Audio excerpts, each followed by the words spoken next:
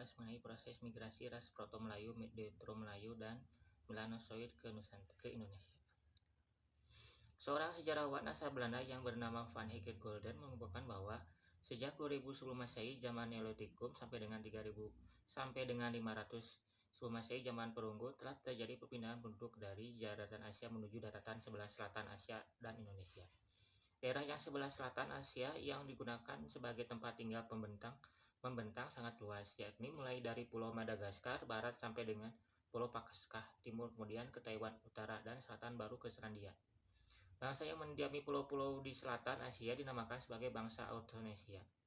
Austronesia itu terdiri berasal dari dua kata, yaitu Austro artinya selatan dan Nesos yang berarti pulau. Sebagian penduduk yang lain sekitar 1.500 tahun sebelum Masehi, mereka berpindah dari daerah Champa, Vietnam yang menuju Kamboja yang kemudian melanjutkan perjalanan ke Semenanjung Melaka. Pendapat ini mendapat dukungan dari hasil penemuan yang berupa beliung batu yang memiliki bentuk persegi. Di Indonesia, beliung batu ditemukan di daerah Sumatera, Kalimantan, Jawa, Sulawesi bagian selatan. Ini merupakan hasil penemuan yang sama di Asia. Di Asia, beliung batu juga ditemukan di daerah Myanmar, Vietnam, Kamboja, Malaysia, dan daerah Cina Selatan, Yunani. Perpindahan penduduk sekitar 500 tahun sebelum Masehi, zaman Perunggu, diikuti dengan adanya perpindahan budaya masyarakat, terutama terkait alat dan benda-benda. Alat dan benda-benda yang tersebut antara lain genderang, neraka, dan kapak sepatu yang merupakan barang dari daerah Dongsong. Sehingga kita menamakan sebagai kebudayaan Dongson. Kebudayaan Dongson dilestarikan oleh penduduk Austronesia yang mendiami pulau-pulau selatan Asia dari Pulau Madagaskar hingga Australia. Nah, di sini nenek moyang Indonesia sendiri pindah dari daerah Yunan, kemudian menyebar di sekitar Sungai Salwen dan Sungai Mekong yang kaya air. Keadaan demografi yang demikian menyebabkan nenek moyang bangsa Indonesia memiliki kemampuan dalam bercocok tanam, berdagang, dan berlayar.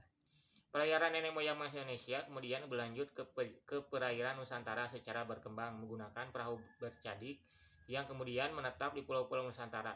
Bangsa Austronesia yang menetap di bumi Nusantara ini kemudian dinamakan sebagai bangsa Melayu. Selanjutnya poin A. Bangsa Melayu secara umum dibedakan menjadi dua golongan, yaitu 1. Bangsa Melayu tua, Proton Melayu. Bangsa Melayu tua, Proton Melayu merupakan bangsa Austronesia yang pertama kali ke Nusantara sekitar 1.500 tahun sebelum Masehi. Kebudayaan mereka kita sebut sebagai budaya batu yang sudah maju karena alat-alat berasal dari batu yang telah dihaluskan. Hal ini berbeda dengan manusia purba dan yang alat-alatnya masih berupa batu kasar atau belum dihaluskan.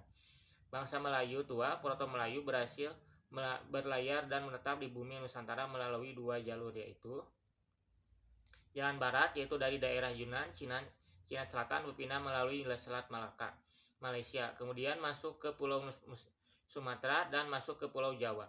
Kapak persegi merupakan alat yang biasa mereka bawa. Jalan utara timur, yaitu dari Yunan, Cina Selatan berpindah melalui Formosa, Taiwan, kemudian masuk ke Filipina. Dilanjutkan penyeberangan ke Pulau Sulawesi dan masuk ke Pulau Papua. Mereka biasanya membawa alat yang berupa kapak lonjong. 2. Bangsa Melayu muda, Deutero-Melayu. Bangsa Melayu muda, Deutero-Melayu merupakan bangsa Austronesia yang datang dari Yunan ke Nusantara sekitar 500 tahun sebelum Masehi. Mereka berpindah dari Yunan menuju Teluk Tonkin, masih daerah Yunan, kemudian ke Vietnam, lalu melanjutkan perjalanan ke Semenanjung Malaka, kemudian berlayar ke Pulau Sumatera, dan pada akhirnya masuk ke Pulau Jawa. Bangsa Melayu muda memiliki kebudayaan yang lebih maju daripada bangsa Melayu tua. Hal ini dibuktikan dengan kemampuannya dalam membuat peralatan dan barang-barang yang lebih bisa membuatnya dari bahan besi dan perunggu seperti kapak corong, kapak sepatu, dan nekara. Selain itu, mereka juga mengembangkan kebudayaan yang megalitikum seperti dolmen, meja batu, menhir, tugu batu, sarkofagus, keranda mayat, pundan berundak-undak, dan kubur batu yang termasuk keturunan bangsa Melayu muda antara lain suku Jawa, suku Melayu, dan suku Bugis. B. Keberadaan bangsa primitif di Indonesia. Sebelum kedatangan bangsa Melayu di bumi Nusantara, di Nusantara sendiri sebenarnya sudah ada yang mendiami, yaitu bangsa primitif. Dinamakan sebagai bangsa primitif karena kebudayaan masyarakat pada saat itu masih sangat sederhana. Adapun yang termasuk sebagai bangsa primitif yaitu manusia Pleistocene purba. Kehidupan manusia Pleistocene purba masih sangat tergantung dengan situasi alam. Ini diperlihatkan dari cara mereka hidup yang selalu berpindah-pindah. Teknologinya pun masih sangat sederhana. Suku Wedoid hidupnya masih sederhana. Mereka hidup dengan mengumpulkan hasil makanan dari alam.